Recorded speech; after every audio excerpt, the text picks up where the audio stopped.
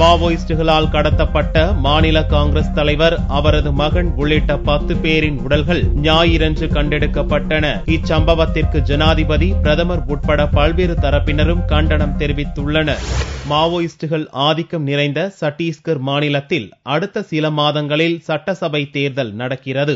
ஆளும் பாரதிய ஜனதாவிடமிருந்து ஆட்சியை கைப்பற்றுவதற்காக காங்கிரஸ் தரப்பில் இப்போதே தேர்தல் பிரச்சாரம் துவக்கப்பட்டுள்ளது. சுக்மா மாவட்டத்தில் சனிக்கிழமை அன்று நடந்த பொதுக்கூட்டத்தில் பங்கேற்றுவிட்டு காங்கிரஸ் தலைவர்கள் தலைநகர் ராய்ப்பூருக்கு திரும்பிக் கொண்டிருந்தனர். வழியில் பஸ்டார் மாவட்டம் தர்பா பகுதியில் உள்ள மலைப்பகுதியில் காங்கிரசாரின் கார்கள் வந்து கொண்டிருந்த போது 2 கார்களை மாவோயிஸ்டுகள் குண்டு வைத்து தகர்த்தனர். அதற்குள் 250க்கும் மேற்பட்ட மாவோயிஸ்டுகள் கார்களை சுற்றி வளைத்து சரமாரியாக சுட்டனர். இந்த தாக்குதலில் பழங்குடியின மக்களிடையே செல்வாக்கு மிக்க காங்கிரஸ் தலைவர் மகேந்திர கர்மா உள்ளிட்ட 17 பேர் கொல்லப்பட்டனர். மாநில காங்கிரஸ் தலைவர் நந்த்குமார் பட்டேல், அவரது மகன் தினேஷ் உள்ளிட்ட பலரை மாவோயிஸ்டுகள் கடத்தி சென்றனர். தாக்குதலில் முன்னாள் மத்திய அமைச்சர் VC சுக்லா மற்றும் காங்கிரசார், போலீசார் உள்ளிட்ட 30 பேர் பலத்த காயமடைந்தனர். இந்நிலையில் மாவோயிஸ்டுகளால் கடத்தப்பட்ட மாநில தலைவர் நந்த்குமார் பட்டேல், அவரது மகன் தினேஷ் உள்ளிட்ட 10 பேரின் சடலங்களை பஸ்டார் மாவட்ட எல்லையில் ஞாயிறன்று போலீசார் கண்டெடுத்தனர்.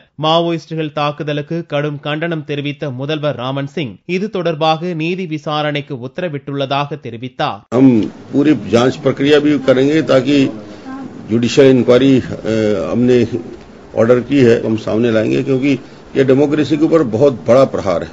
மாவோயிஸ்ட் நடத்திய கொடூர தாக்குதல் தனக்கு கடும் அதிர்ச்சியையும் வேதனையையும் அளித்துள்ளதாக ஜனாதிபதி பிரணாப் முகர்ஜி தனது கண்டன அறிக்கையில் தெரிவித்துள்ளார். சத்தீஸ்கர் கவர்னர் சேகர் தத் மற்றும் பாரதிய ஜனதா உள்ளிட்ட பல்வேறு அரசியல் கட்சி தலைவர்களும் மாவோயிஸ்டுகளின் தாக்குதலுக்கு கடும் கண்டனத்தை தெரிவித்தனர்.